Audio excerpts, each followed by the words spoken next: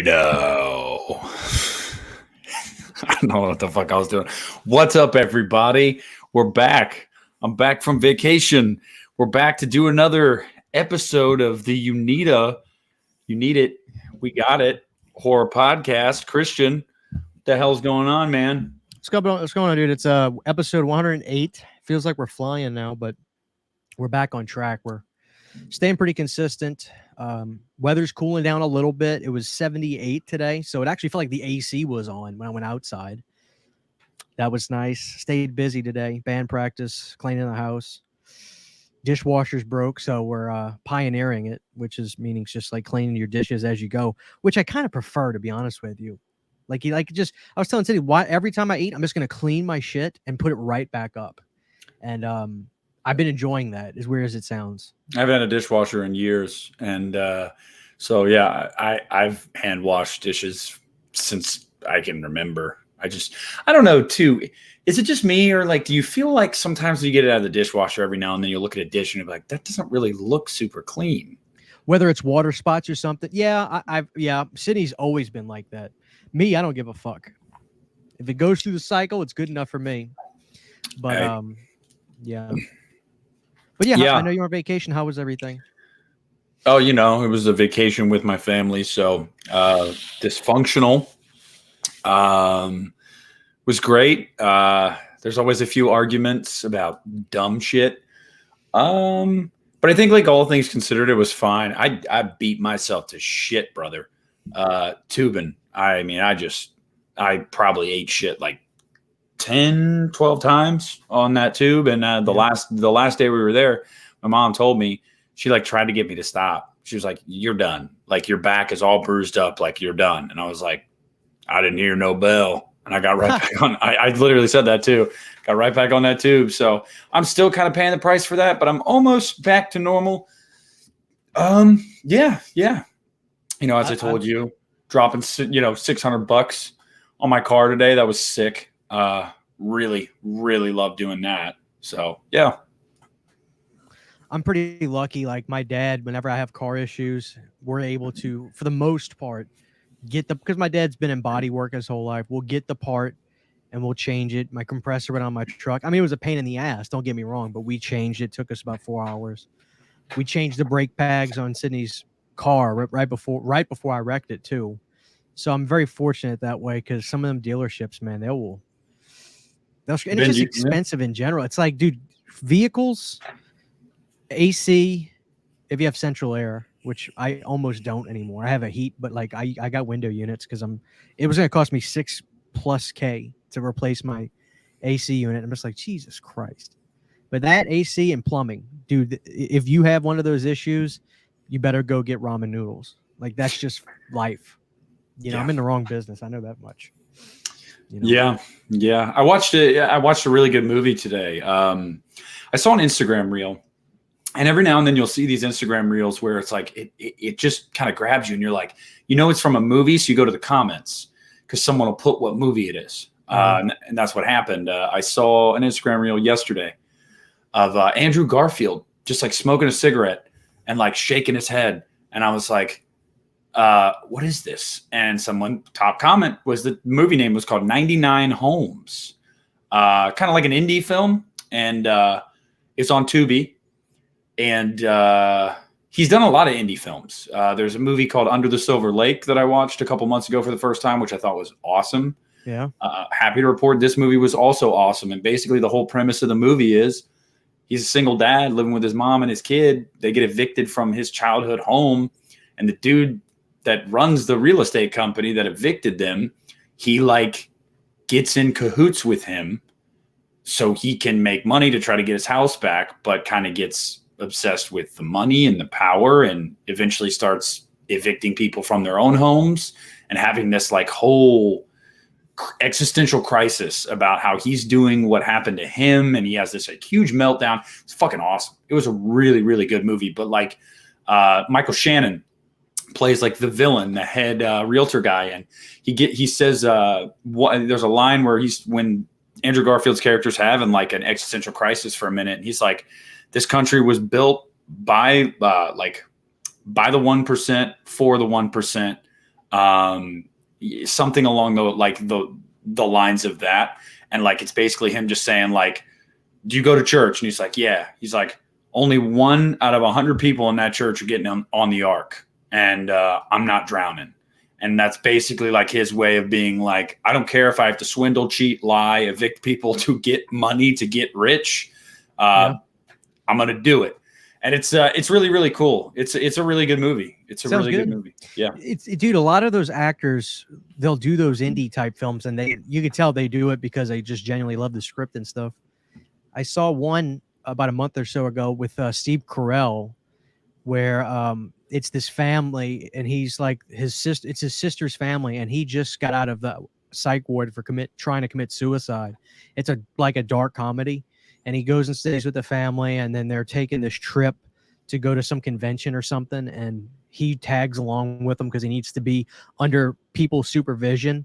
And it was another indie film, and it was really, really good. For the life of me, I can't remember the name of it, but it was good. It was good. And I've noticed like actors will do, Patricia Arquette does a lot of those movies, those indie films. And if you look into those, a lot of times those movies are good, you know, because they're passion projects. They're like, God, this script is good. I don't care how much money I make on this. Oh yeah. I always got respect for that. Clancy Brown was in it too. Fuck yeah, dude. That's my boy. Yeah. No, I mean, you got a great cast, like some of these A-list actors, and you're like, why did I never hear about this movie? Yeah, it was a really good movie, but you're right. Robert Pattinson is really like well known for that too. He's done a lot of indie movies. Some of them I haven't seen, but I've heard, like, there's a movie called Good Time that came out a couple years ago that everybody that's seen it says it's great, but it's like this little indie movie that Robert Pattinson's in. But yeah, me personally, like Under the Silver Lake is like a crime thriller mystery. That one was really good. That was on Hulu. Yeah. But this one's on Tubi. So if you guys haven't checked it out, 99 Homes, it's really good. It's more or less just a drama. But there's definitely some tense moments in there, and it's really just about like I don't know, morality. And like you really start the movie really feeling bad for Andrew Garfield's character. And then as he gets worse and worse and gets more like money hungry and obsessed over what he's doing, you can't help but be like, good for you. You're being successful, but oh my God, you turned into what you hated. Right. Yeah, it's awesome. Hell yeah. That sounds good. I like Andrew a lot. He won me over in I saw the first Spider-Man he did back in the day, and I didn't feel one way or another about it. But when I saw him in that, whatever it was called, when the three of them get together, No Way Home.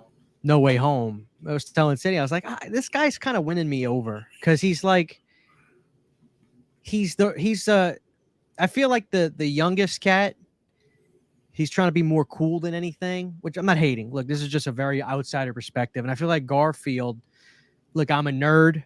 I know I'm a nerd, but I'm still I'm still a badass. That's the vibe I got from him in that movie. And I really like that, because as horror fans, like, you kind of say, it's kind of nerdy what we like, but horror, I don't know. I'm trying to make a parallel here, but I just liked his persona more. So I went back and I watched his Spider-Man, his two movies. I like the first one a little bit more, but I like him a lot. I think he won me over. He was a nerd. Like, that's why it was so great that he got that role as Spider-Man, because he was a kid reading all those comics and just was a huge Spider-Man fan. So like, you could tell when he got the role, he was like, holy shit, like I get to do this. Like, that's awesome. That's really, really cool.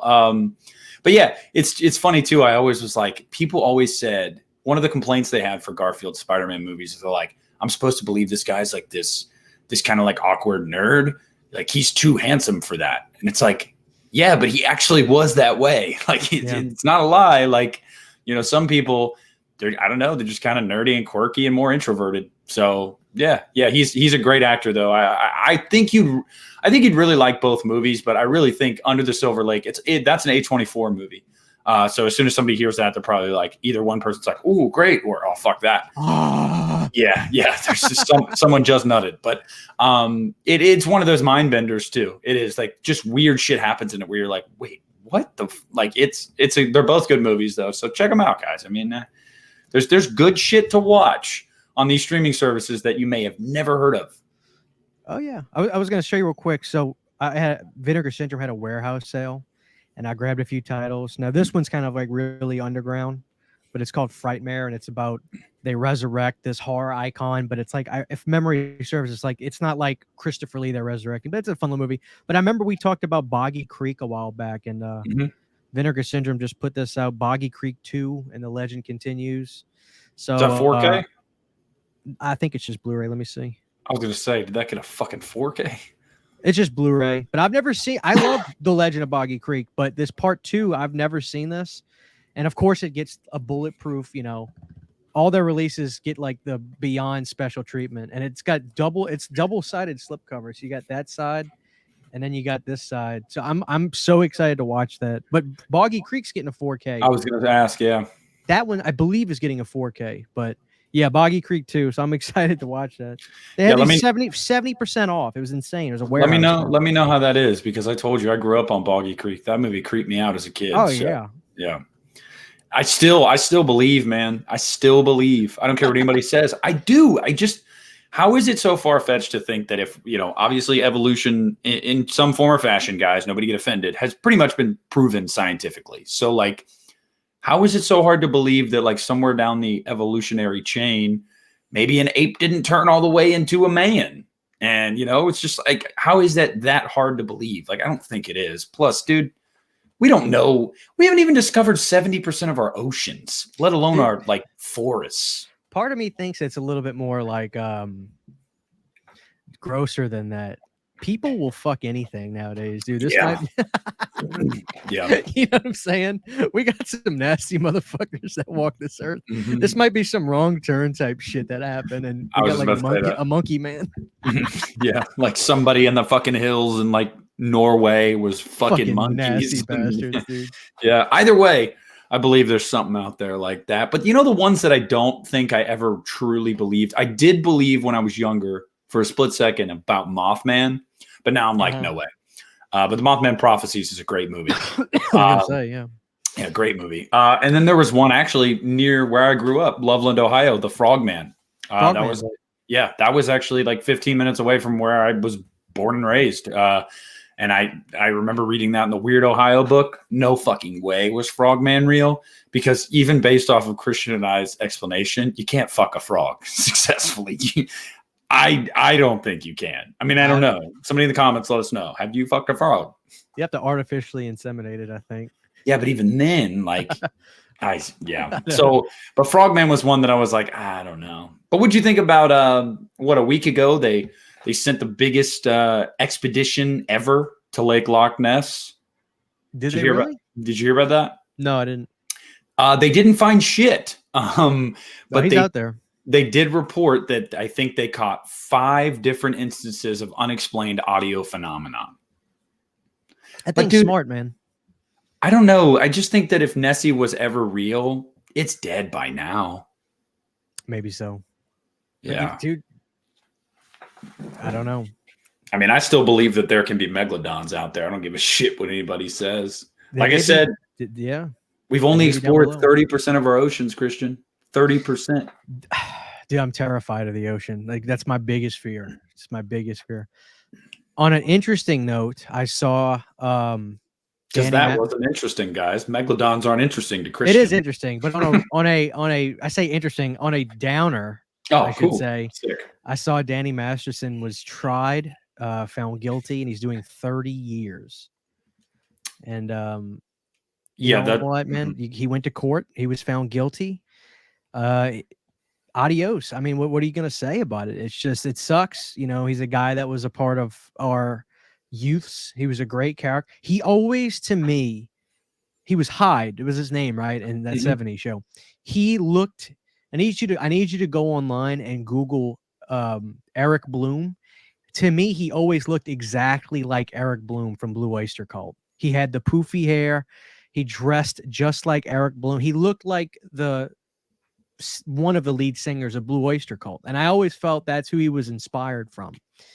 And I always liked him in the show, especially when I got into Blue Oyster Cult. And I was like, this guy is like, he's Eric Bloom. That's what he is. He looks exactly like him. And it's just sad that, I don't know, man. It just sucks when these people, like, why do you have to be a piece of shit? Like, please, like, you have a great thing going. Why are you doing this to women? You can have virtually whoever you want. You're a movie star, TV star, whatever you want to call it. Like it doesn't make any sense to me. Is it a power thing? Is he mentally troubled? Is he not right in the head? Like what causes you to do this? You're a TV star. You don't have to do anything. These women will come to you. It sucks, man.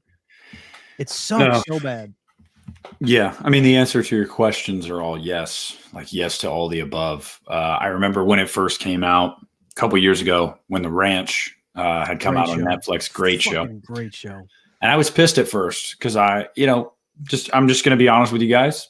When the movement really started to happen, I feel like it started to get perverted a little bit there, of people just claiming shit that never happened against famous people to try to get money and ruin their careers without evidence. We've seen multiple instances of that.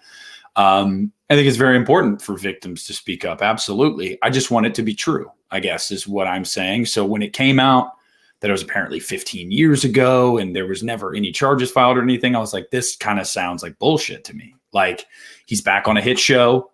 He's in the public again. And someone's like, I want his money. And that's how I took it at first. And they wrote him out of the ranch, and I was really mad about it. And then when I heard it was going to, and when I heard it was going to trial, I was like, okay, they've got to have some evidence. I was like, so I'm gonna wait. Like, I'm gonna wait to see what happens. But I was not in his camp. It did not look good. No. And then when he got convicted, actually, it was a hung jury the first time. They had to retry him a couple months later. And when he walked out of the courtroom after a hung jury and was celebrating like he just won, that moment for me was when I was like, you did it.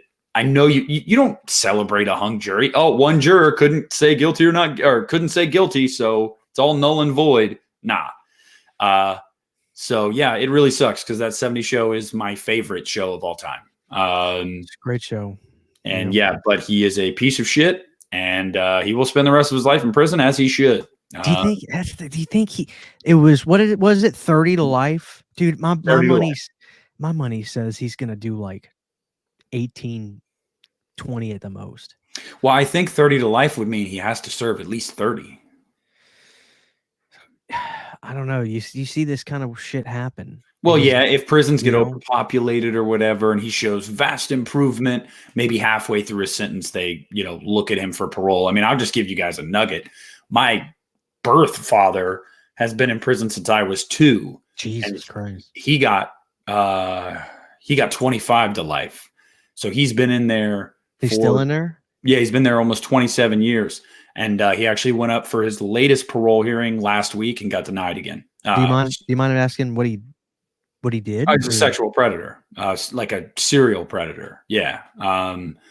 It's kind of similar to Masterson. He had 3 different people that he assaulted, and this was 25 years ago, but he still got 25 to life. And almost 27 years into his sentence, he's still there. Do you think you'll ever have a relationship with him, or do you talk to him? No. Does he try to reach out to you, or?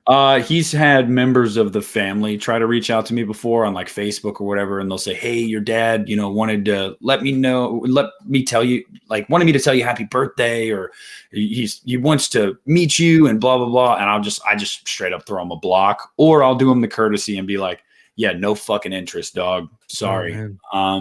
That's heavy. Yeah. Yeah, I don't know him. I mean, I saw him one time when I was 4. His mom, my grandma on that side, took us to visit him once without my mom knowing. And I just remember him, we were in the mess hall or whatever the fuck. There was like a vending machine and shit, and I just remember sitting there and he was telling us that my mom was a liar, like he did nothing wrong and blah blah blah. And I remember, I don't know if it was me or one of my brothers told my mom that night when she picked us up from my grandma's that we saw him, and like my mom cut off communication with my grandma after that point. Damn. She is 99, still kicking too. But yeah, so I guess long story short, normally with those kind of sentences, I mean, maybe not. He's rich and powerful, sure, but I think he's going to spend most of the rest of his life in prison. I really, really do. And rightfully so. Rightfully so. Yeah. I mean, like you said, you're rich. A lot of women would want to be with you. You don't have to be a piece of shit like that. Like, but also, did you hear that the Church of Scientology played a big role in it too? He's a Scientologist. So for like 15 years, they helped him cover it up. Like You're kidding. Nope. Oh, God. Yep. I'm sorry, Tom Cruise. How many documentaries do they have to make about this goddamn religion? Leah Remini did a whole tour of all the families that were torn apart from this shit. It's disgusting, man. It's truly disgusting. It's like, I'm not saying they're culpable for what he did, but what I am saying is they knew he did something wrong, and they used their power and their influence because he was an important member of their quote unquote church to try to cover it up for him. Like, that's fucked up. Dude, you know what's interesting? I was at this place that's like it's called Thrifty Peanut. It's a big used bookstore, record store, and movies. And I remember going up to there was like this staircase where there's like these big section of like horror sci-fi books. And the guy who L. Ron Hubbard, right? The creator of Scientology, he was an author, right? And I was looking at a lot of the books he did. Dude, I was shocked to see the amount of books he wrote that had quotes from Stephen King praising the book. Now, I'm not saying Stephen King, did anything wrong, but it's just, I wonder if he regrets that. You know what I'm saying? Like King? Yeah, because Stephen King was like, L. Ron Hubbard is a master of like storytelling, but he was praising a lot of these books.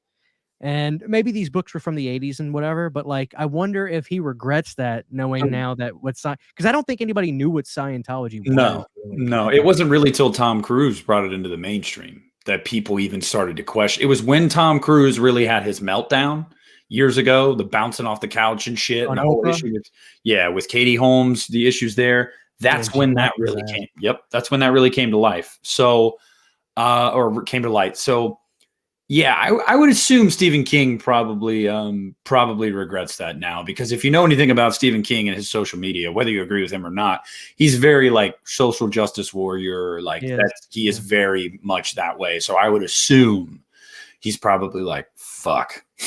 But I didn't realize that L. Ron Hubbard was like a prominent author. Like I knew I learned about him through Scientology and stuff, but I didn't realize like, dude, he had like a publishing deal. Like he was like, he's probably at least a best-selling author on one or two occasions at least. Cause like he had books, like it was stories, novels with Stephen King promoting them. It was just like, holy shit. I didn't know that either. Yeah. It blew me away. What a legend. What a legend. He was doing that thing where like you have to sign a Sea Org. It was like a lifetime.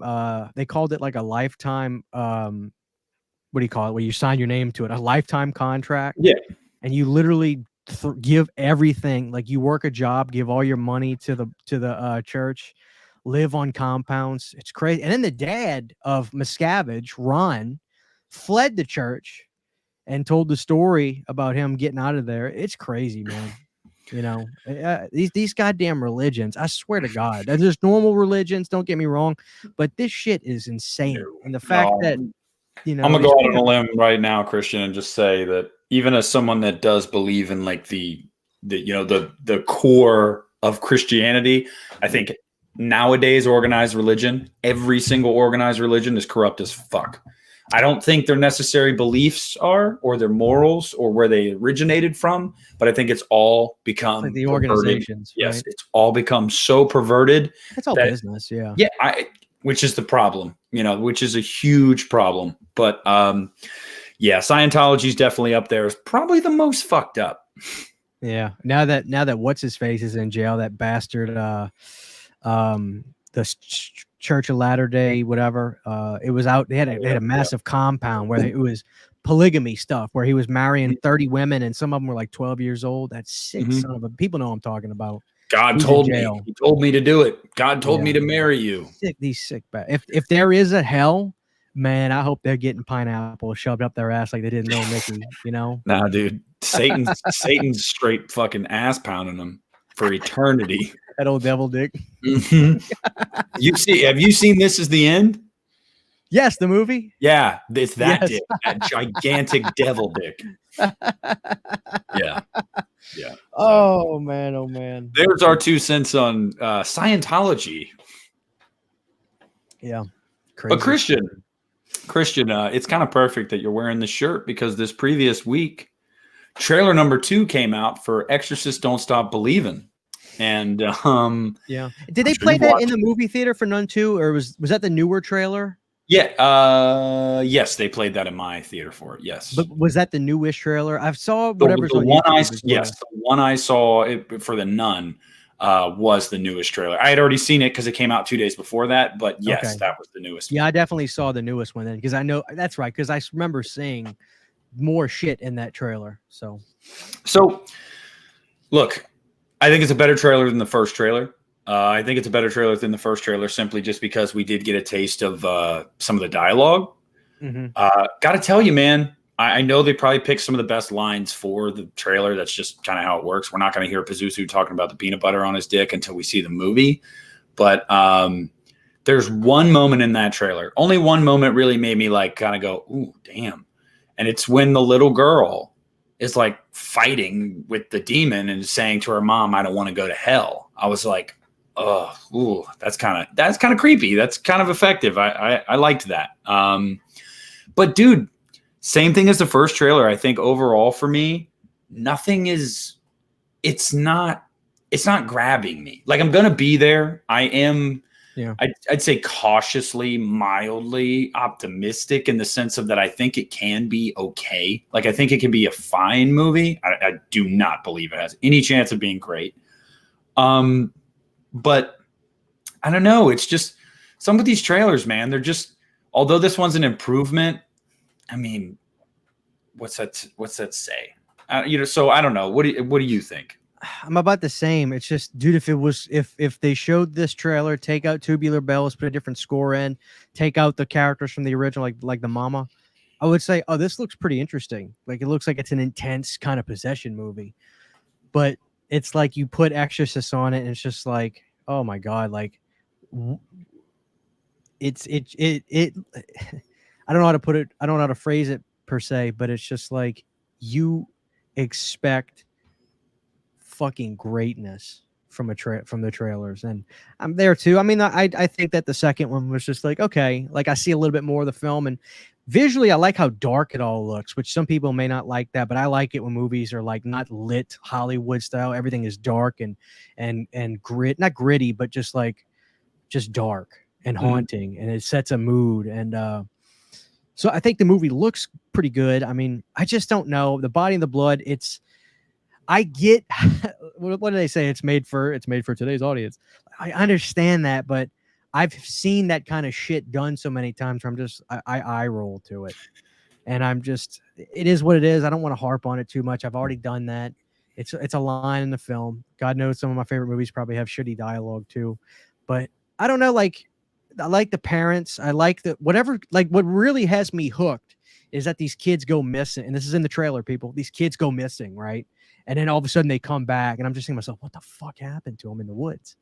You know, that really piques my interest. So I think they go into the woods. They went missing, right? That's where my interest gets piqued the most out of anything. So watch, we don't get any kind of context to that. Well, maybe we will, but I don't know. Maybe we will. That's what interests me the most in the trailer, though, above anything else. I think for me, I agree. You and I both said, I mean, the day the first trailer came out, we talked about The Body and the Blood, and we were like, Christ. No pun intended. Yeah, not a fan. But I guess for me, I'm hoping that like maybe that's one of the only moments in the movie like that. Because if this movie has pretty solid dialogue throughout, and that's just like a moment, that's not going to really bring it down much for me. I might just go, I didn't care for that scene. If that's not the whole vibe of the movie, that's fine. But two, I do want to make an argument, and I'm just playing devil's advocate here. I'm not saying I believe this is going to happen, but it is possible that it doesn't feel incredibly like an Exorcist movie in the trailers because a lot of that connective tissue and DNA is intentionally being held back. So as to not ruin any surprises. As you guys know, we've already talked about this on the podcast like 6 months ago. So, I mean, Linda Blair is going to appear in the movie. Obviously, you have Ellen Burstyn back, and apparently, according to David Gordon Green, he did like a 10-minute video breaking down the second trailer. Bloody Disgusting posted it. I listened to it, and dude, I mean, I've always maintained he's a really good director. He's a smart dude. Like, he really, really is. And I feel like just going to get shoehorned into, oh God, it's David Gordon Green because he's doing these requels now to like popular franchises. So people are just going to hate him. And let's be honest, we would all do what he's doing given the opportunity. Yeah. Yeah. Just saying. I'm with these people sometimes. I have moments, but it's at the same time, you're goddamn right. I would. Especially right, I would do it. Especially if you're a fan, you know, Christian, if you were a filmmaker and they came to you tomorrow and they said, we want you to do a requel to Return of the Living Dead or Nightmare on Elm Street. I'd rather do a Return of the Living Dead than Elm Street. Yeah. And they were like, and we'll pay you $10 million to do it. You'd be like, fuck yeah, let's do it. Like, because you're a fan. Like, David Gordon Green, you can tell in Halloween, he got bitched at and people bitched about him so much for how much he was leaning into nostalgia and throwing Easter eggs in there. And it's like, he's a fan, dude. Like, I don't know. That's cool. But anyway, as far as this goes, yeah, man, I think that but his breakdown video, he was talking about how there's a lot you do not see in these trailers. Like, there's what you're seeing in the trailer, that's clearly a studio thing. That's clearly, hey, we want to hook today's audiences. Right. But as somebody that's a fan of the source material, I do believe there's going to be some DNA there in the movie. I just don't think they're going to show it in the trailer because you don't really want to sell it too much like it's a straight sequel to the original Exorcist because that movie's 50 years old. You know, like, are your grandparents going to go out and see this one opening weekend? Probably not. So I don't know. I mean, I showed it to my mom and she thought it was creepy. So, and when she heard Tubular Bells, she thought, oh, Reagan, Linda Blair. I'm like, no, she's not in the trailer, Mom. She's like, what? They get the mom back and not her? I was like, nah, she's in the movie. They're just not going to show her in the trailer. So I don't know, man. It's what interests me is 2 of these kids are possessed at the same time. What the fuck does that? And obviously I don't know, but is there more than one demon? Is he possessing 2 kids at once? Pazuzu is Legion. So it's more than one, I think. Isn't Pazuzu almost essentially like the devil himself? I don't know. I've never. I read the book years and years ago, but yeah, that's why I think Exorcist 3 should have just been titled Legion, because it just made more sense, and it didn't need too many tethers to the first movie because it is quite its own movie. But yeah, Pazuzu is like more than one. So it's like in the Exorcism of Emily Rose, where Emily Rose was possessed, and I believe it's like they say there was like 20 demons or some shit in her. Oh, so yeah, it's definitely possible. I mean, shit, we're going to talk about it in a little bit with the Nun II, though. That's technically just one demon, but we saw it take multiple forms at once. So one thing I'll give credit to David for is I think the thing I've seen the most improvement for, it's just my opinion, but rewatching the Halloween 3 Blumhouse films over the last 2 or 3 weeks, I think visually he's gotten a lot more confident in taking more risks. And I think visually Halloween Ends is by far the best one visually for sure. I love the way he flexed his muscles with the cave and stuff and those beautiful blue hues and everything. And it looks like in this one he's doing something in the same vein with making it look really impending and dark. So that's where I've seen a lot of improvement from David with. I'd love to see him work with another writer one day, or just get a script that he really likes and film that. Not trying to hate on Danny. I'm in a good mood today, so I don't want to hate on Danny, but that's what I'd like to see down the road. But visually, I think he's taking more risks and doing things. He's getting a little bit more experimental with the way his movies look, and he's going for it. So I like how impending the movie looks and all the shadows and how just it looks really dark, and that I like. So, and that's what I got from the trailer. So I will say too, I think that this might be a hot take for some people, but I don't really care for Halloween 2018 visually. Like I really, That's what I'm saying. I think he's gotten better. It's very, it's just matter of fact. Yeah, it's matter of fact. Halloween 2018 was just like, it's literally just filming something. Like it didn't really seem like there was much atmosphere or really a color palette he was even really playing with. And then Halloween Kills, I feel like was like super colorful. Like it really leaned into like oranges and reds and yellows. And it was like, which was those deep colors. Like I really, really liked that. Right. And then Halloween Ends was really desaturated. Like he desaturated a bunch of colors. So it felt very like dark. But then there's moments like in the cave, like you said, where those, I'm in love with that stuff. Those beautiful. Yeah. I mean, that's a very cold feeling movie. And Kills is a very like, it uses a very warm color palette. And then you had 20 fire and ice. Yeah. Yeah. And then 2018 was just kind of like, it's a movie that we filmed outside. You know what I mean? So it's just kind of like, yeah, he's definitely getting better with that. But guys, these were his first horror movies. Like he's really just getting into making horror movies now. And like, I'd say from a technical standpoint, he's getting better and better technically as his career as a horror filmmaker is going on. You guys have to understand, filming comedies ain't the same as filming a horror movie. It's just not. Like people don't really give a shit about the aesthetic in a comedy. Does it make you laugh? Cool. You don't have to set a mood or an atmosphere. Nobody says I love the color palette in Billy Madison. No. Wow, super bad. Did you see how they really use those blues and those? No, nobody gives a shit. So yeah, David's learning on the job, and we're kind of learning with him. But yeah, man, I just people shitting on this guy so much. I genuinely feel bad for him. I really, because he knows, like he knows that people are like, oh, here we fucking go, David Gordon Green and Danny McBride, and it's like, you know what, David, go get your $10 million for this Exorcist movie and fucking spit in all these people's faces. I really don't care. Yeah.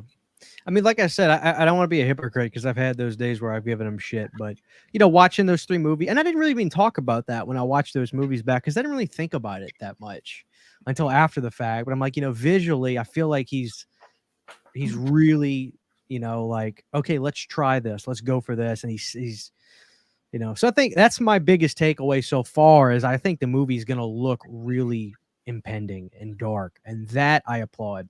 Some stuff I wonder how it's going to play out. Like there was a moment in the trailer where there's a nurse or something. She's like, their hearts are beating in sync.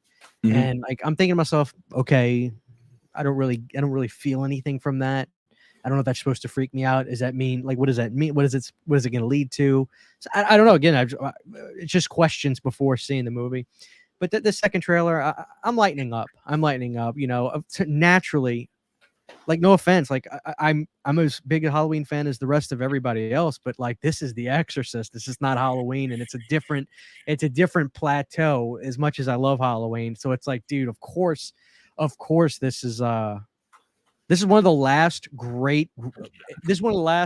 incredible horror films, lifetime horror films that is getting.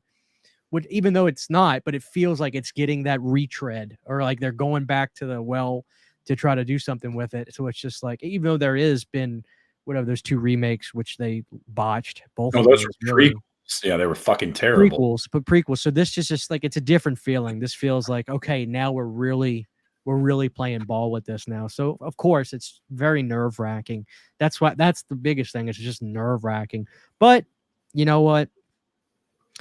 I'm going to go in it like Rob Zombie. He didn't want to do Halloween at first, but eventually he was like, so fucking what?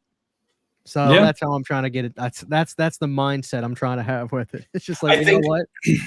I think The Exorcist is so revered that it was never going to get a true remake. Like this is a sequel to the original is the only route they would ever really go. I don't think they ever remake this movie, just like I don't think they're ever going to remake Jaws. I pray not. Like that's one of the last sacred things we've got. Yeah, but when we were on vacation, I was talking to my older brother. My younger brother said something about Jaws 3D. My older brother was like, what? Like, yeah, dude, SeaWorld, you know, great 3D effects, blah, blah, blah. He's like, I've never seen that one. Is there a fourth? He's like, is there a fourth one? I was like, oh, yeah, there is. I was like, it's a telekinetic shark. That is a family member of the other shark that died. And it's coming for the family in Jamaica, is it? Yeah. And he was like, he just started laughing. I was like, yeah, it's as dumb as it sounds. And then he's like, is there a fifth one? And my little brother was like, Well, not technically, but there's an Italian one. I was like, no, it's not the fifth one. Cruel Jaws, baby. Yeah. Shout out to your little brother. Yeah, he's probably listening to this right now, ass clown. But yeah. So all right, Exorcist believer, guys, don't stop believing. It's now no longer coming out on Christian's anniversary. It's a week earlier, October 6th. Before we move on, I was gonna say I never ended up reviewing it. I probably still will, but if I don't, I want to talk about it here. Me and Sydney did rewatch Elm Street again. 2010. And it's funny because I forgot, but we did it on the podcast last year. And it's just one of those things. You're watching the movie without sound and subtitles, and I'm having a conversation. And if you don't mind, I was just gonna say, dude, I really have no reason to want to dislike the film. It just feels like an AI horror movie to me. It still feels like that to me. But there are things I like. Quentin, Clancy, and Jackie. I think I like the look of Freddy too, because they go for more of a legitimate burn victim where he has less mobility in his mouth. And my favorite scene is when he's running away in Quentin's dream into the boiler room building. And so there's things I really like about it, but for some reason, a lot of it just feels like it's AI. And so I think would you just walk away from it going, it's fine? Yeah, I'd give it a C, just a C, like an 80, 85 C. And I don't know. I'm lightening up on it. I don't even hate Nancy. I don't even hate her because I say to myself, you know what? I don't like her that much in the original. I think she's great in New Nightmare. I think she's good in Dream Warriors. I really don't love her in the original. So I feel like knocking Nancy in the remake isn't really fair for me, not for the audience, but for me, I feel that way. No, you're the Elm Street guy. Call it like it is. I hear people argue about Heather in the original all the time, and I'm like, I don't see it. She's not very good in that movie. Yeah. It's an incredibly well-written character, I think. But I don't know. I was never the biggest Nancy fan. I think the best performance in that series on a fear level was clearly Mark Patton. He's the only one in that series to me, dude. He is fucking terrified, and you feel it in part 2 more than anything. He is terrified. I think Mark Patton is completely unsung as a quote unquote final girl, whatever you want to call it. To me, he's the best in the series in terms of truly being terrified. Oh my God, he's so fucking good in that movie. But I don't know, like I'm lightening up on it. I could hear other people, including you, probably say, well, you know what? I kind of feel the Friday remake's a little AI, to be honest with you. And I get that. I just don't feel that the same as I do with Elm Street. I just feel Elm Street's a little bit more AI for a lot of it.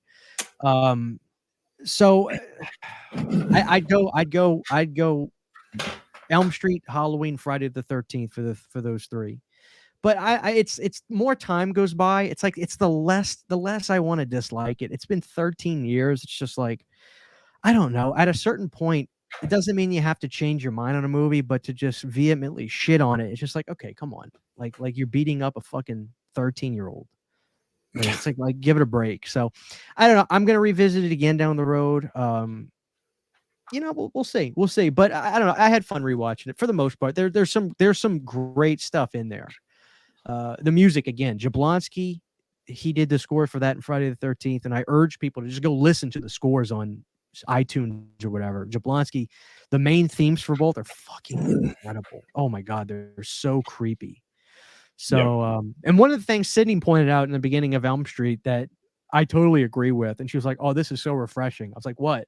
He goes, "I miss the days when teenagers looked like our age, 30, 31. I was like, "Yeah," it's like the guy in the beginning of one that does that scene where he stabs himself in the neck. It's a great scene. He looks like he was 26 at the time, but he looks like he's 30. He's got a full beard and he's like jacked up big dude. So I don't know. And then the blonde hair girl in the beginning, she's in Supernatural, which is one of my favorite shows now. So like I said, yeah. So there's stuff about the movie I can't help but really like. And I'm attracted as hell to Rooney. I think she's just really pretty in that movie. And I dig her. She's got like these really badass like goth stockings on in the beginning when she's working at the diner. I'm not trying to sexualize her, people, but for fuck's sake, she's a pretty girl. Even if she kind of screwed everything up. But that's my takeaway on it. I think a lot of the reason that people dislike her in that movie is what she said afterward. I don't really. You watch the movie and what you walk away, like the worst you walk away from is like she was just kind of unmemorable. She was just kind of there, but it wasn't like a blasphemous performance. But then what she had to say afterward, it was like, oh, well, fuck you then. So I think that's why a lot of people are like so anti-Rooney in that movie.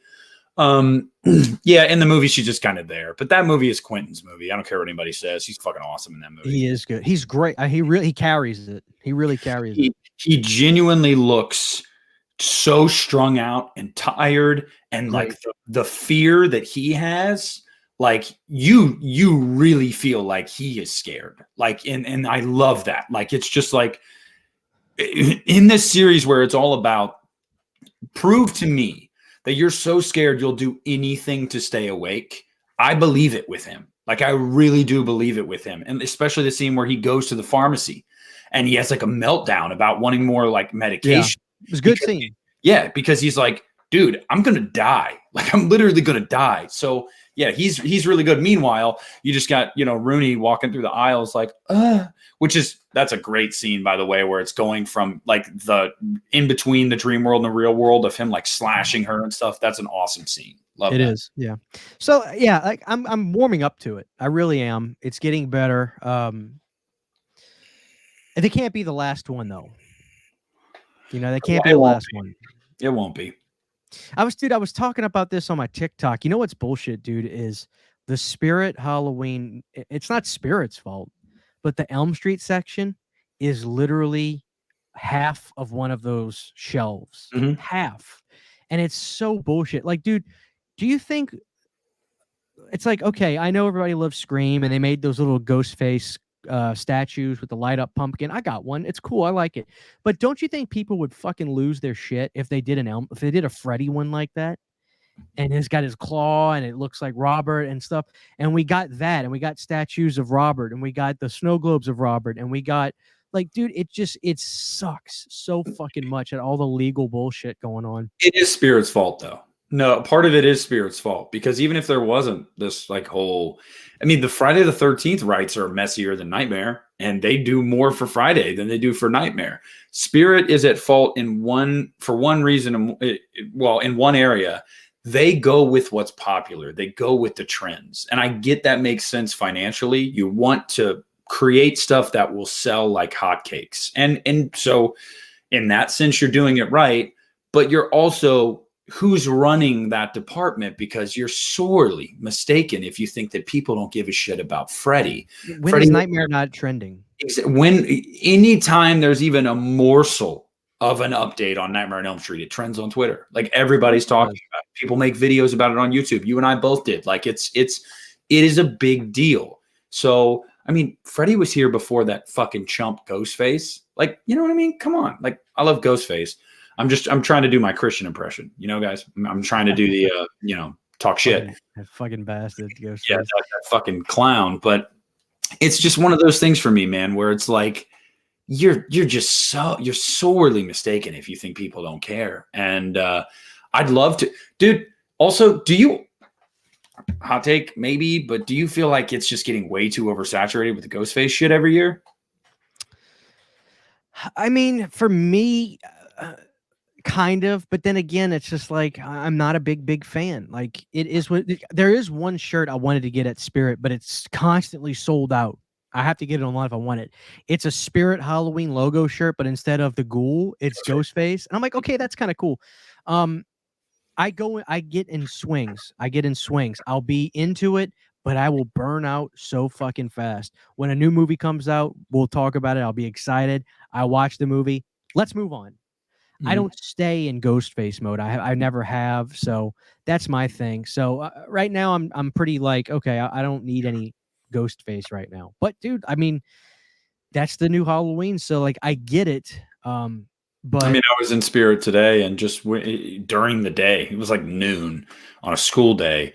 So there was only a couple people in there, but two of the people in there were wearing Ghostface shit, like Scream shirts and shit. So it was just kind of like, it really is like, that's the thing now. Like, that's the thing. I mean, until Jigsaw comes back and right. But yeah.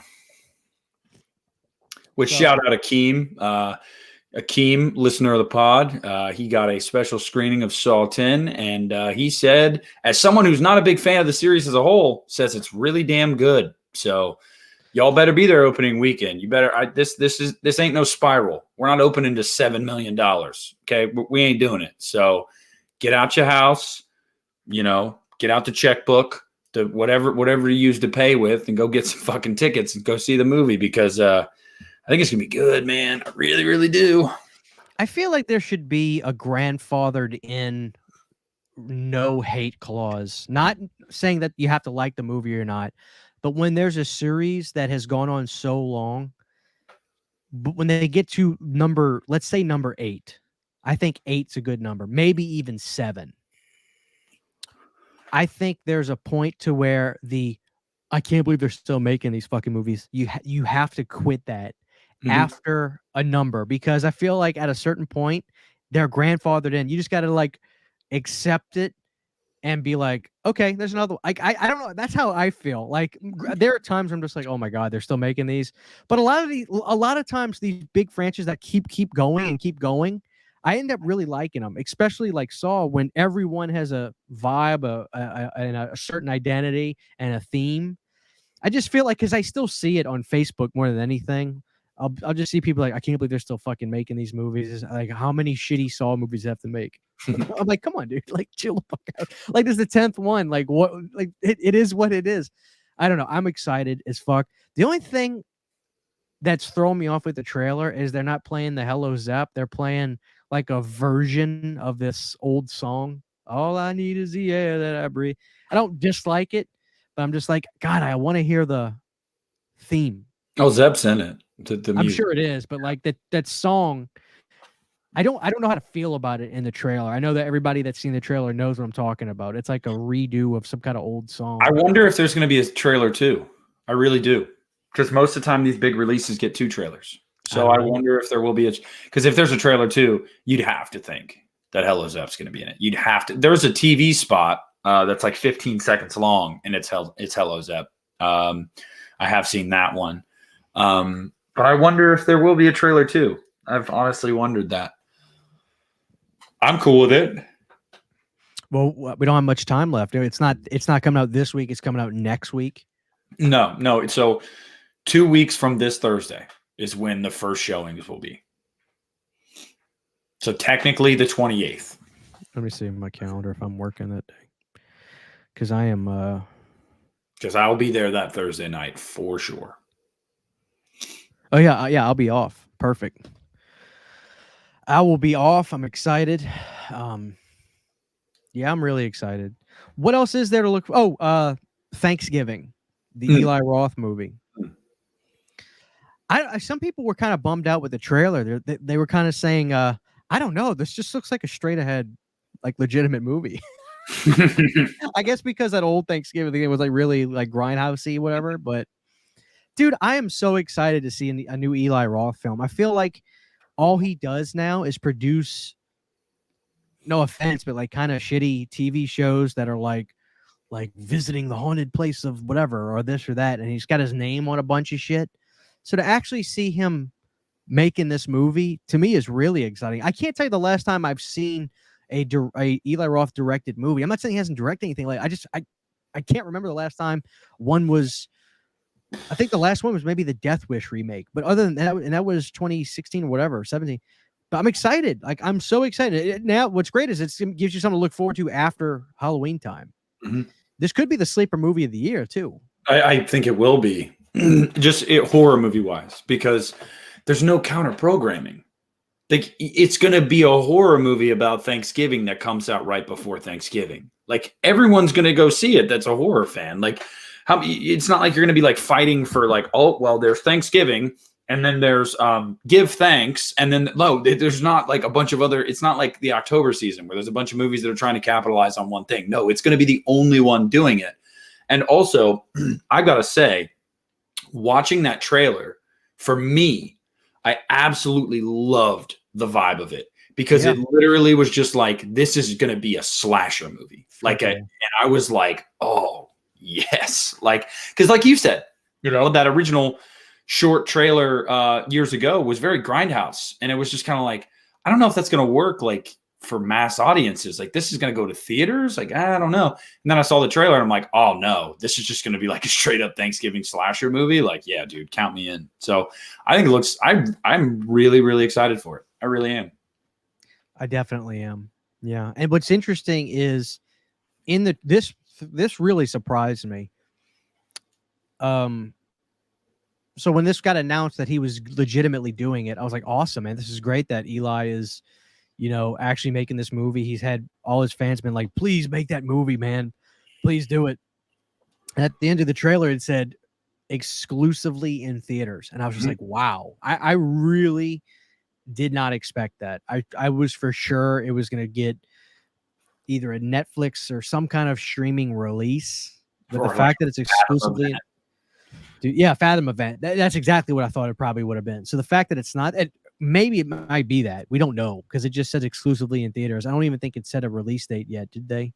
Yeah, it's November 17th. Oh, okay. Well, maybe so. But yeah, I mean, it might... 21st. It's either 17th or the 21st. Maybe they'll announce it to be a Fathom event. Maybe they won't. But I know that I got to see it in theaters. I thought the trailer looked really good too, and I'm really excited. Fuck yes. So... my dude in fantasy football just got a touchdown with 5 minutes left in the game for me to win this week. Let's go. Aside from that, let's see. There was what else? We haven't really talked about. Now October 6th is going to be busy because I'm going to go to the theater and watch Exorcist Believer and then come home and watch Pet Sematary Bloodlines on Paramount+. We haven't talked about that at all. Yeah. No. I'm excited for it. Yeah, and what's interesting, we'll talk about the trailer and stuff, but was there a trailer? I can't remember. No. What's interesting about this is there's also this Paramount Scares box set that got announced, and it's like this, it's shaped like that Evil Dead movie thing, and there's 5 movies. There's Rosemary's Baby. Ugh.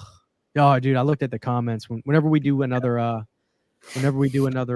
everybody gave me shit. I'm so sorry. The Sentinel was not Roman Polanski. I'm not a fan of the Sentinel either, but for some reason I thought that was Polanski. I apologize, guys. But yeah, I'm not perfect, and I'm not. Somebody said, "Come on, horror master." I'm not a horror master. I never said I was. Anyway, I forgot what the fuck I was saying now. You're talking about Rosemary's Baby. So in that box set, it's Rosemary's Baby, the original Pet Sematary. Then it's Crawl and Smile, and there's a mystery movie that's going to get announced later on. A lot of people are speculating that it's going to be this Pet Sematary prequel. That's going to be the mystery title in there. If that's it, cool. I think this is going to be pretty good. There's a lot of speculation that it's getting dumped to streaming. My money says Paramount. Paramount is very smart. I think. Look at what they did with Smile. I think they're the best marketers in the game. I think they're not trying to compete in October. That's what my money says. For sure. And it's been sitting on a shelf for almost 2 years. So that I didn't know. You're trying to find this perfect release date, but eventually when you have a movie finished and it's done, it's just been sitting there, you've got to get it out in some form or fashion. And you want to put it out in October, but you look at this year's October and you're like, oh, Saw, The Exorcist, Five Nights at Freddy's, we'd get murdered. Like, we would just get murdered. So, yeah. They're pretty smart, in my opinion. So I was telling people, don't be upset about that. Paramount they're the smartest ones out of all these companies in terms of marketing. They're geniuses. Paramount's, look what they did with nothing burgers like Paranormal Activity. They renovated every office building in the world with those movies. So Paramount's smart. I'm not worried about that at all. I'm actually pretty excited about a prequel. So I'm pretty good. And it's funny you brought up Five Nights at Freddy's. Dude, every time I see another trailer for that, I'm more excited. I can't help it. I think it's going to be... And Matthew Lillard's in it, so it's an automatic B right there. So I'm showing my colors, but I don't know. Something about... Watch this movie fucking do... I know that, like, if this movie would have came out in 2016... probably would have broke $1 billion, but I still think it's going to be pretty successful. Yeah, the only issue is they're doing day and date with Peacock, and it's just Why are they doing that? it's NBC, it's Universal continuing to try to make Peacock a thing. Yeah. Like it's guys, I have Peacock. I like Peacock. Don't get me wrong. It is never going to be Netflix or Hulu or even Max for that matter. It's never going to be that. It just won't. And they thought, well, if we put The Office on here, that'll do it. You know what a lot of people did when they heard The Office was leaving Netflix? They bought it on DVD, like I did.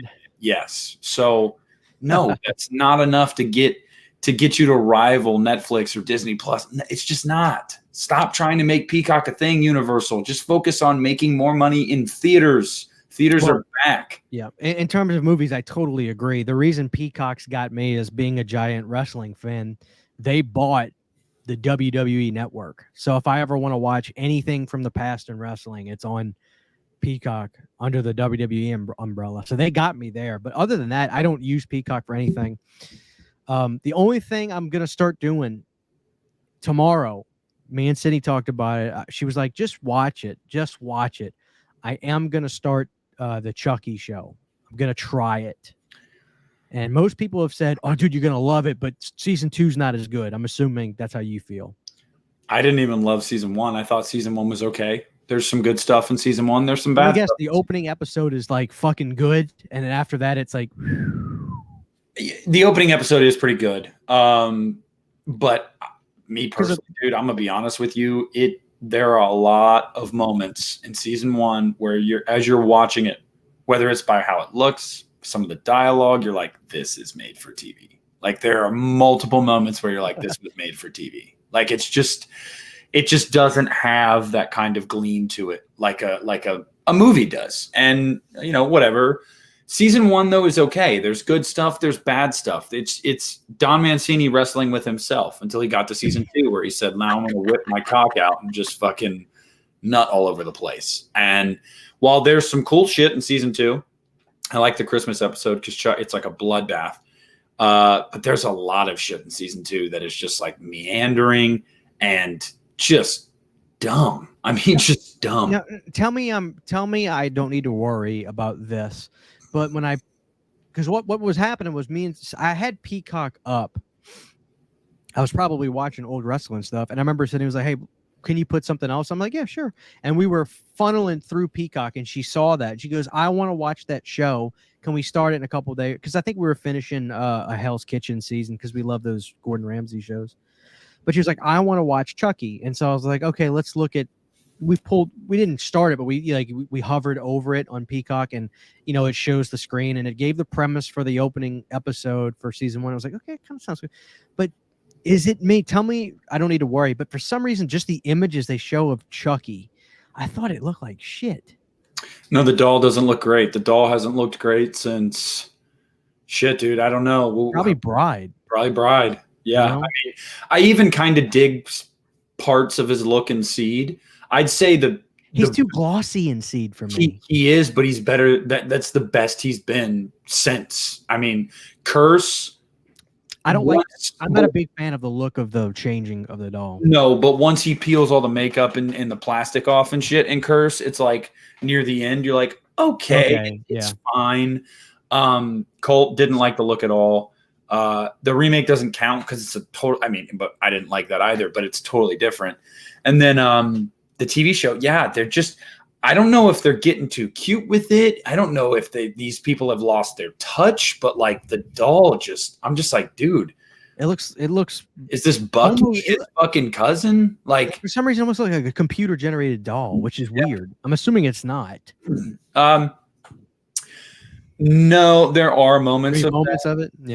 Yeah. But most of the time, no. Most of the time, it is practical. But if you ask Mancini, he'd be like, "It's all practical." No, it's fucking not. Most of it is practical.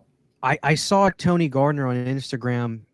It might have been Universal Studios like Instagram page, but Tony Gardner set up a Child's Play display at the Universal store, and he had replicas of Glenn, Tiffany, and Chucky, and they were like really. He made them, so they're like these really the highest level replicas, and it's just like, oh, it was so cool seeing that. And then they got like a bunch of there's like a whole Child's Play section at at the store, which is pretty cool. But I don't know if you could buy it online. I was trying to look at it. You might be able to, but I'm not sure. But they have like a Chucky bucket, popcorn bucket you can get there. But Chucky is I'd say he's back. He's kind of been back, but I don't know. I kind of wish we can get another movie. Season 2 viewership was down quite substantially from season 1, and that's why TV shows for you. Yeah, well, that's why when season 2 was done, there was a lot of questions for a while. It was kind of hanging in the air. Will there be a third season? And it eventually got renewed. But I got to tell you, I think it got renewed simply just to be like, this is it.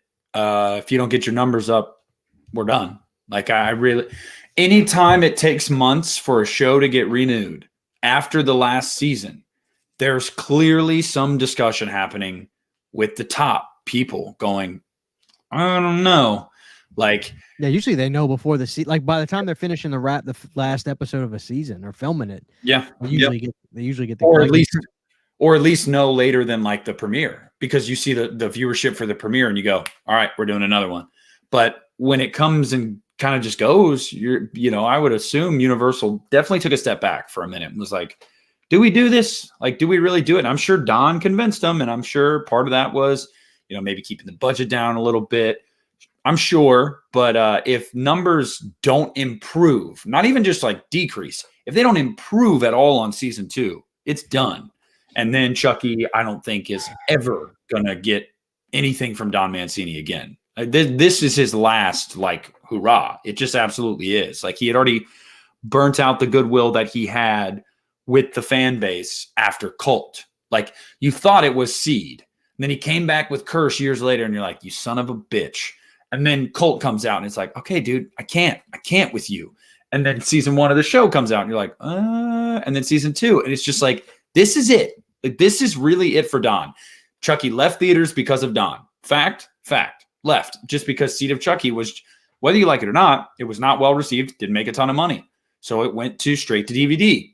And then Cult comes out, and unlike Curse was actually a pretty modest hit. Cult wasn't, and it got trashed by a lot of the fans. So then Chucky had to go to the small screen. And that was the last thing Don could do. If he cannot cut it on the small screen, it's done.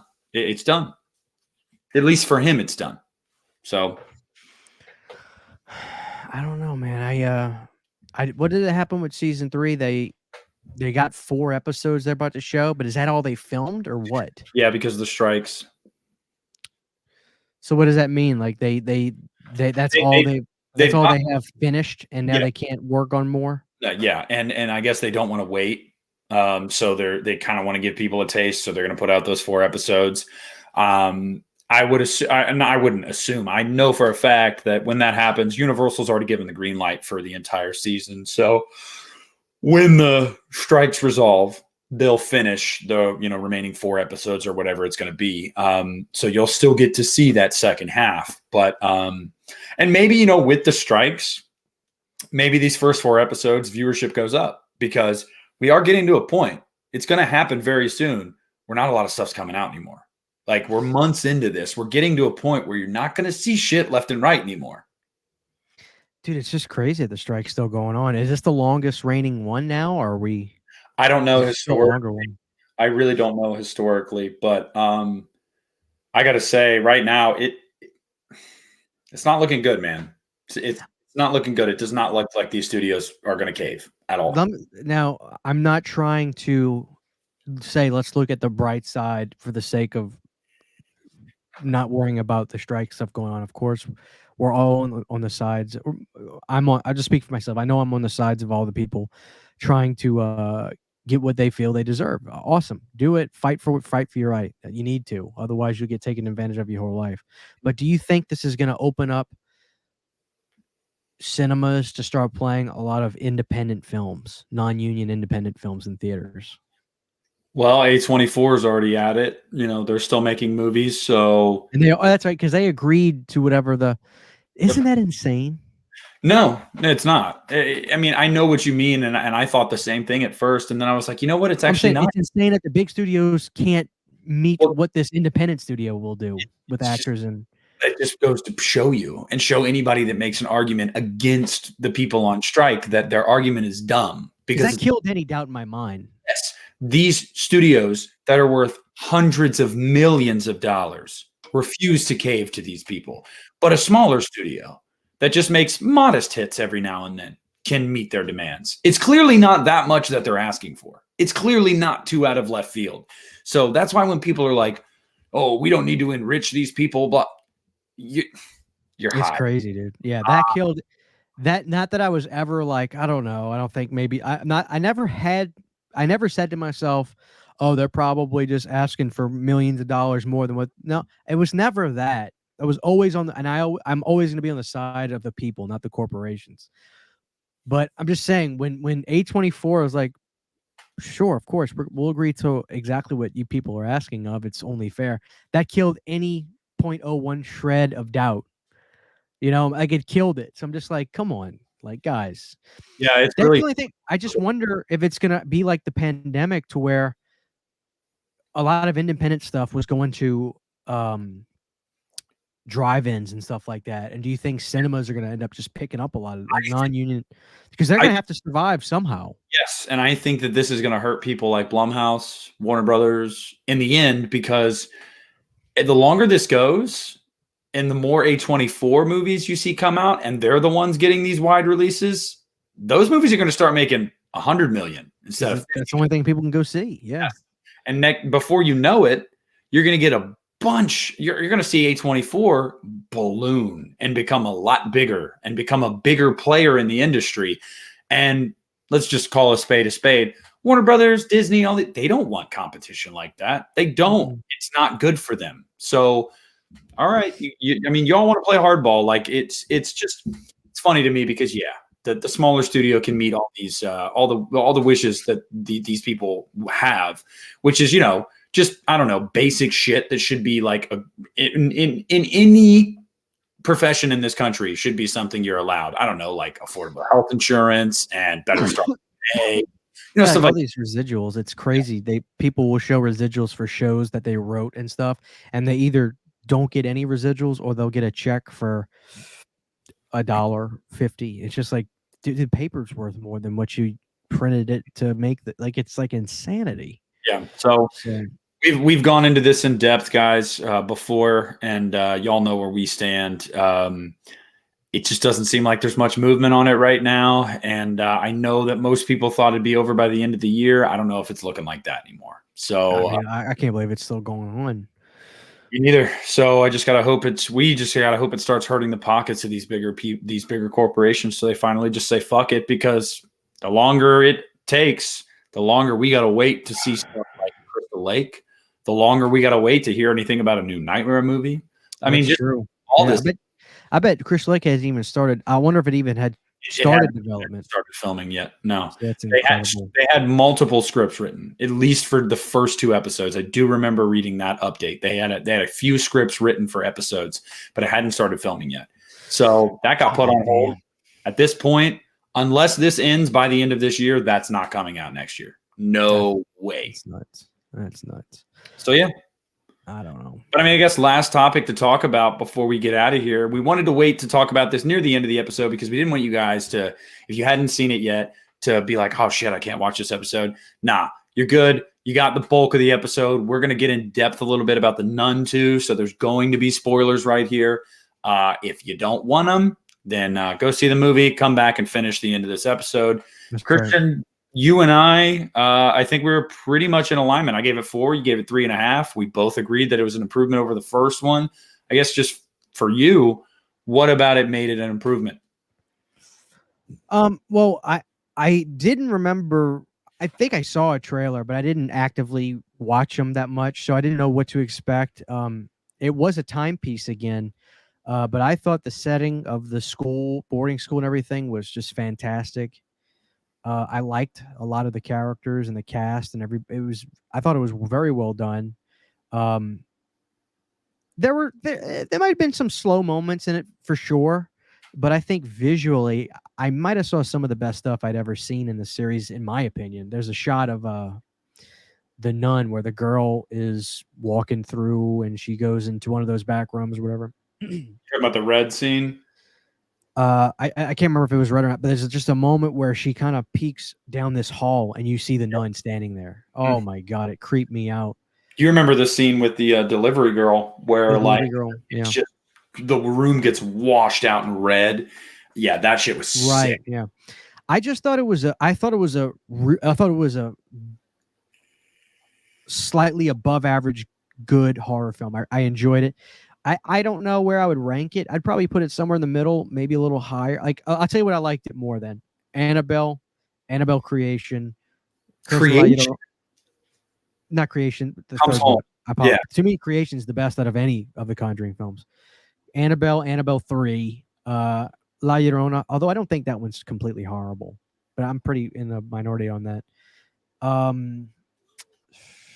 There may be a few others, but I thought it was not a bad effort whatsoever. I thought visually great stuff. There were jump scares, but the thing that I don't mind the jump scares when that's just the icing on the suspenseful scene.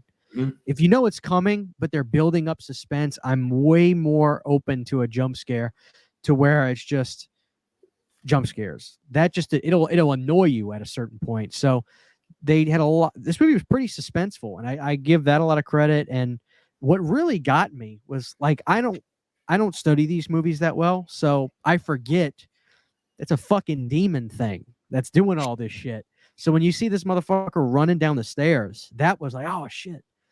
I'm not in love with that movie, but to me, and it was interesting because I'm starting to see, at first it seems like I saw praise, and then I watched the movie, and then I started to see not that good, and it's just interesting for me. 3.5 stars. I think it was a B or a B plus film. I thought it was a good movie. It was a solid effort. And I definitely will buy it when it comes out on physical media. I think it's a vast improvement over the first film. So that's how I feel. That's my takeaway. There were some slow moments, but never lost interest. Always had me on edge. Good movie. Yeah, my opinion on it was very similar. The main complaint I had was the first act of the movie. There are some pacing problems. There are some times in the first act where it's like they're showing us footage from the previous movie or telling us about something that happened, and we're like, we know. This is kind of bogging it down a little bit. Like, we know. Having said that, though, dude, they made Valak like borderline slasher, which I loved. Like, there's multiple kills in this movie. It's the first Conjuring movie that I truly feel like somewhat earns its R rating in the sense of like there is blood, there are on-screen kills, you see children get killed. Like, it definitely felt like there was a little bit more of like we don't give a fuck. Like, this is a demon that's after something and it's just going to kill people. And I loved that. I think it just improved upon everything from the first one, aside from I missed a little bit of that gothic kind of atmosphere, but that made sense because the first one took place in a fucking abbey in Romania. So like that, it was just, I did love that aesthetic. That's not there as much in this one, just because it's kind of jumping from settings. Like, you have two stories going on. You have Maurice's story at the boarding school, and then you have Sister Irene for the first half of the movie before she even gets to the boarding school. So that kind of doesn't allow this aesthetic, this consistent aesthetic to build up. So I get that. Having said that, though, man, also Thaisa Farmiga was awesome. Like, she was awesome in this movie. Dude, I don't know. I mean, like you said, I do think that there was suspenseful moments throughout. I really do. I think that there was moments where also you thought you were going to get a jump scare and you didn't. Like when she's looking down the hallway, that like it's the recreated shot from The Conjuring 2, which has a lot of people wondering, what is this saying? Like, what is this going to connect to? And then when the door gets closed, you have the nun like burned into the wall right there. So like you thought a jump scare was coming, but it didn't. But there's a creepy image that you're just sitting on and you're like, oh, fuck, that's gross. Yeah. There's a lot of good shit in this movie. There really is. I will say too, the mid-credits scene, I did some research on it because I was like, is I this stayed for that because I heard you talk about it. I stayed for it. Yeah, and I had wondered, is this just like saying, oh, this is leading right up to the beginning of the first Conjuring, you know, right before right before the beginning of the first Conjuring, when they met Maurice into the possession, is that what it meant? And I was like, no, because they were aged up in that, and Michael Chavez, the director, said that was actually a cut scene from The Conjuring 3. That was filmed during The Conjuring 3. They didn't use it, and then they used it for this one. And he confirmed that that cut scene you see takes place after The Conjuring 3. So that mid-credit scene makes me believe, and Michael Chavez said the same thing. He did a interview with the Boo Crew, the Bloody Disgusting podcast, which was fucking awesome. I listened to the whole thing. And he said that he didn't give answers away, but he basically did say, he did confirm the fourth Conjuring movie is supposed to be the last one. He did say that. He was like, oh, so they're not doing a TV show? Well, we don't know. Patrick Wilson said they had heard about it. He was like, we haven't been sent scripts. We haven't been sent contract details, nothing. He's like, so I don't know what's happening. Please just do movies, please. Yes. But The Conjuring Last Rites is going to be the final mainline Conjuring movie. Mm-hmm. And Michael Chavez basically confirmed that this is going to this is setting up what's going to happen in that movie. Does that mean that Valak comes back like one final time with the Warrens in the final Conjuring movie? That's what it seems like they're hinting at. So I don't know. But yeah, I really dug it too. I really, really did. And I got to tell you, dude, I don't know about you. I'm sorry. I was going to say, I would take this over Conjuring 3. I did too. I put it right above it in my ranking. Nice. I have my ranking: Conjuring 2, Conjuring, Annabelle Creation, The Nun II, Conjuring 3, Annabelle Comes Home. What are the other fucking 3 that I'm missing? Annabelle Comes Home. Annabelle was last. La Llorona was second to last. Is that all of them? Yeah, we're pretty close. Just swap Conjuring 2 and Conjuring. That's pretty much, if you put Conjuring 2, well, no, and Creation's my favorite. Then I'd say Conjuring 2, then I'd say The Conjuring. But other than that, it sounds like we're pretty spot on. Yeah, so I put Annabelle at the bottom too. I like La Llorona better than Conjuring. I mean, then Annabelle. Dude, Annabelle. Fucking movie names confused. Sorry. The first Annabelle movie sucks. That's an AI horror movie if I've ever seen one. Dog water, just dog water. So wait up. You said Chavez. So this guy directed. So he did Nun II and Conjuring 3. Mm-hmm. Okay, well, he's showing signs of improvement for me. Yes, he actually, I thought the same thing. I worried when I found out it was him leading up to this movie because I said, yeah, you probably said that. Conjuring 3, he couldn't build suspense. He couldn't craft a scare. And in this one, I didn't get scared, but there was suspense. So I was like, it was entertaining. Like you took the right. I can see how people aren't going to jive with this, though. I can understand that. I can see people, I've looked at some of the criticism. I think it's fair. I do. Some people say they hate it. Some people say that they prefer the first one. Now, I don't know. I'm not a big fan. I've seen the first one 2 or 3 times, and I never warmed up to it.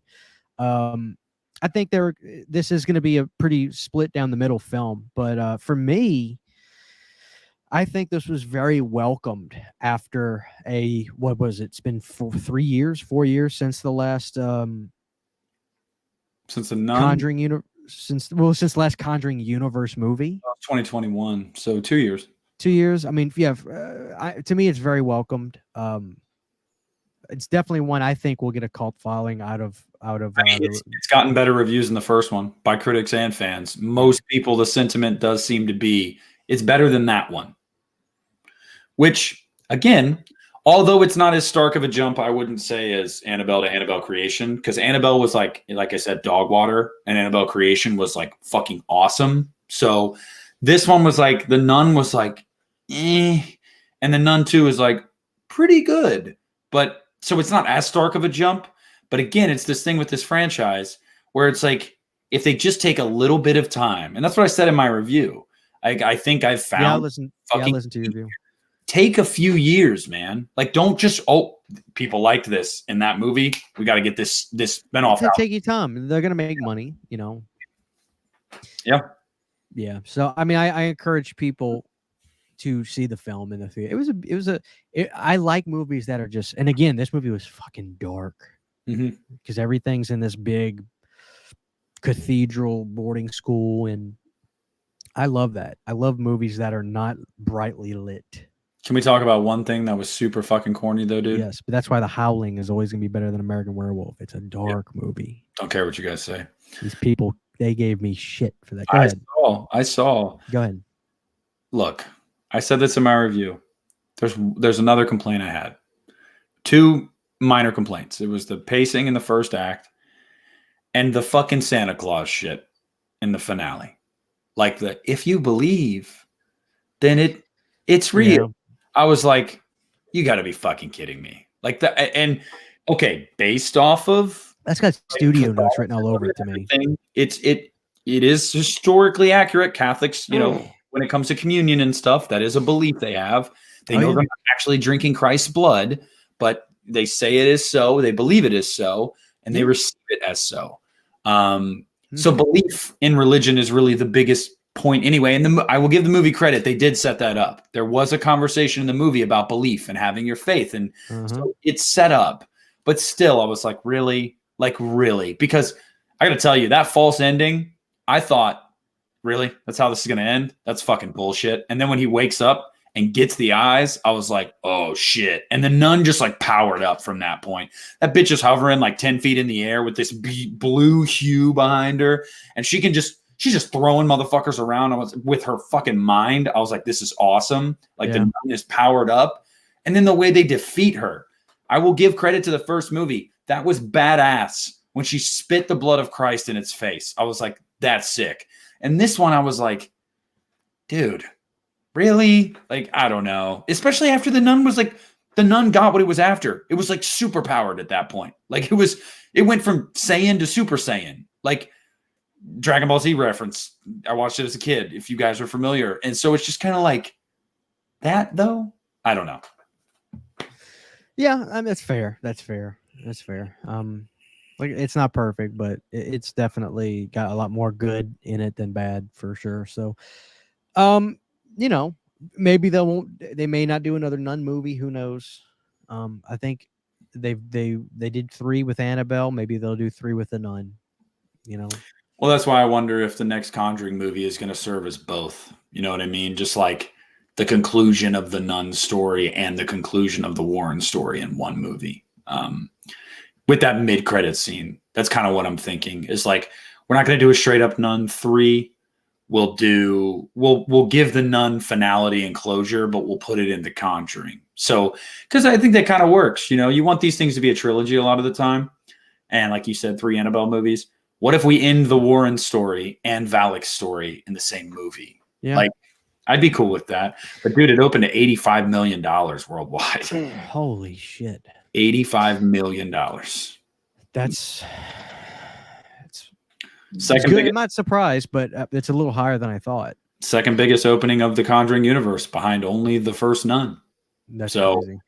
Again, I made a tweet. I tweeted about it with the numbers. You know, throwing that comment out there. Why do we keep getting Conjuring movies? Because they make money, dude. Like, as long as they're making money, you're gonna get them. Warner Brothers, they don't give a shit about horror, but they care about the Conjuring. And as long as it keeps making them money, they're going to keep doing it. Like, I don't know. I'm fine with it, man. I mean, you know, again, this is like their grandfathered in at this point. They've made enough to where it's like if they make another one, fuck it. Give us Annabelle Resurrection, guys. I want to see it. No, I really don't. I think the string has run out on Annabelle. I'm done. Well, I mean, I wonder who's going to direct the next Conjuring if they do it. I doubt James Wan would come back. I don't think he does his sequels. No, but he did too. But he did do 2, yeah. I would weird love to come back before. Yeah, it would be. And he also has said that he doesn't want to really direct horror anymore. Oh fuck. Yeah. No, he used horror to get his foot in the door. He was like open about that. Like get over yourself, James. Come on. Mm-hmm. Oh. Yeah, I'm really good at this, but I'm not going to do it anymore. It's like being like a super good athlete, playing like 2 years and being like, nah, I'm all right. I know I was given this incredible gift to do this better than anybody. I'm good though. Go make your Starman and get it out of your system, James. Please. I'm telling you, man. I'm telling you. But yeah, yeah. The belief is that Chavez is going to direct it. That's the belief. He's 1-1, so we'll see what he can do. It's kind of like David Gordon Green, man. If you keep making horror movies, you're bound to get better. I mean, sometimes. Yeah. You know, as long as your first one isn't terrible, The Nun isn't terrible, or The Conjuring 3 isn't terrible. It's just pales in comparison to the first. Yeah, it does. So we'll see. I mean, I'm excited. You know, I love this universe. You know, most of them. I love them. They make money, and I think it's good for horror. I think as long as horror stays winning, it's just good for horror fans too, because it just tells these studios keep making horror movies. And some people might say, well, that's going to tell them to keep making Conjuring movies and fuck those movies. Yeah, it tells Warner Brothers that, but then it also tells Universal and Paramount, hey, horror's hot. We should put out some of our properties. So I think it's a win for everybody. You don't have to go see these movies. That's true. I'm trying to do better, man. I didn't think I was going to go see The Nun. I went and saw The Nun, and I'm ready for whatever's next. Saw is like, fuck. Dude, I'm impatient. I'd break out of prison to go see Saw. Yeah, I am. That's how much I love it. 2 hours of Saw. 2 fucking hours of Saw. Dude, I can't wait. I'm like losing my patience. When I found out Akeem was going to see it, I was like, dude. Yeah, he got me excited. I'm like, dick. You get to see it before everybody else. God. I'm excited. I think we covered everything. Pet Cemetery's coming. I mean, there's not much to say, but besides, sure, awesome. Let's get into Pet Cemetery. Why not? Thanksgiving, we covered it all. Yeah. I did. We need to do a after dark. People have been asking about that. We're behind on that. So, well, I'm free this week, brother. So yeah, Thursday would be perfect for that. If you're good, let's do it. So if you're yep, all patrons will do that Thursday. So this will drop tomorrow, I'm assuming, unless you have a 4K video plan. I think I do. So this will come Wednesday. Okay, this will be Wednesday, which is fine. Give people another day to go see The Nun if they want to. So this is Wednesday when you're listening. Unless you're a patron. That's right. And if you're not a patron, become one. It's $1. Right. It's $1. Come on. Either one of us too. Choose Christian, fine. But come on. So it's an hour and 30. I guess that's our usual. Feels like we've been going for like 40 minutes to me. Wow. Yeah, time flies when you're having fun, right? That's what they say. Yeah. So there it is, guys. Just a lot to look forward to.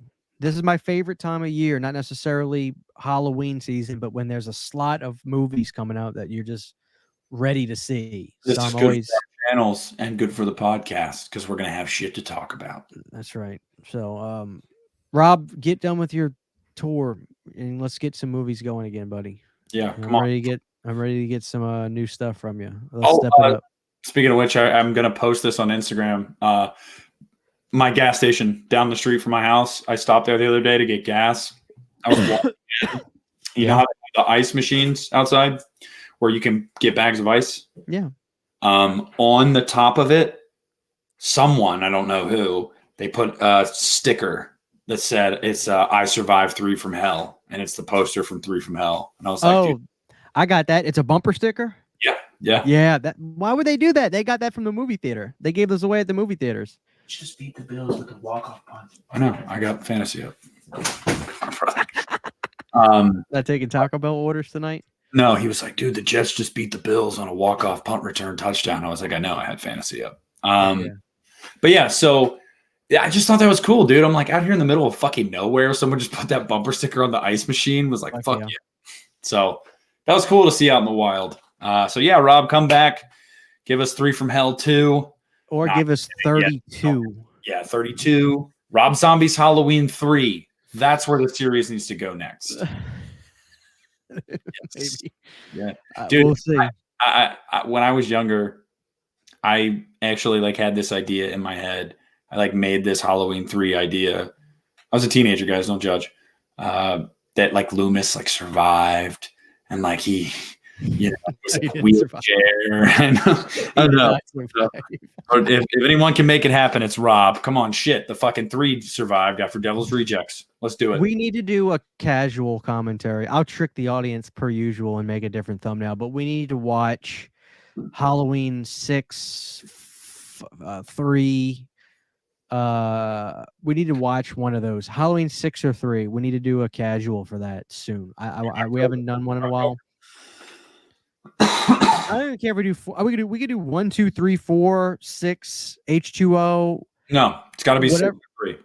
That's fine. I want to do that. I want to chill, watch the movie. Let's do 6 because I know you like to watch Halloween 3 as like an event for you in October. And when we do the casual commentaries, you can't pay as much attention as you'd like. So let's do 6. Let's do it sometime in October. I'm a bigger theatrical cut fan now. I've changed. Oh my.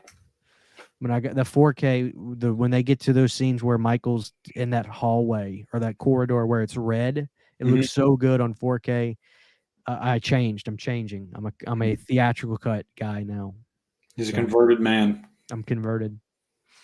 Well, that's it, guys. I know we said like 5 minutes ago that we were done, but now we're actually done. So if you haven't left a like on this, leave a freaking like. It helps the algorithm. Comment down below and let us know why we're fucking stupid and why you disagree with everything we said tonight. Why you everything that's about to come out, even though it hasn't come out yet.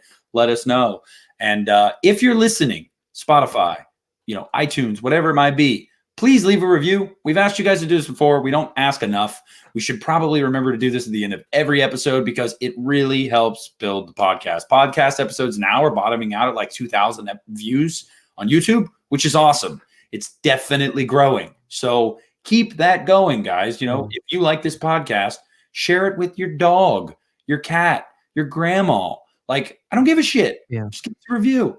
Yeah. Thanks. We've had so many dedicated listeners. It's been amazing. I was looking at the numbers today. Each episode is on Spotify alone. It's averaging about 350 to 400 listens in a week whenever they come out, which is great. So if you're listening to Spotify right now, guys, just leave a review for us. I mean, it just helps us be promoted more for the more like this. So if somebody's listening to Mick Garris's podcast, if they go to listen to more stuff like this, we're more liable to show up that way. So we appreciate it. But all the people that are dedicated and they listen weekly and we love you. Thank you guys so much. You guys are the bedrock of the show. So some of you guys make part of your personality, and we love that shit. Yeah, and I know people are I see people ordering shirts. Please send me a picture. I'll post it on our Instagram, please. So if you get a Uneeda shirt, send it to me. Did anyone get the Nick is Exhausting shirt? No, sorry.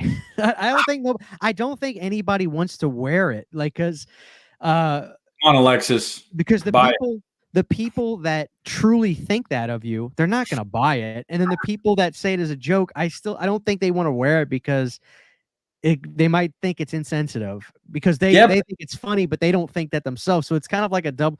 We're selling the logos shirts, but they've been along for this ride for over 100 episodes, so they're in on the joke, so they can wear it. Yeah, I mean, yeah. I don't know. That can be our whole shtick. After we just gave this spiel about Spotify, someone's going to put a review on Spotify and say Nick is exhausting. I'm willing to bet it. I don't give a shit if you do, just so long as you give it a good review. You can say whatever you want. Yeah. Anyway, guys, thank you. We love you. We'll see you on 109. Take care. Pulling out. Keep this in.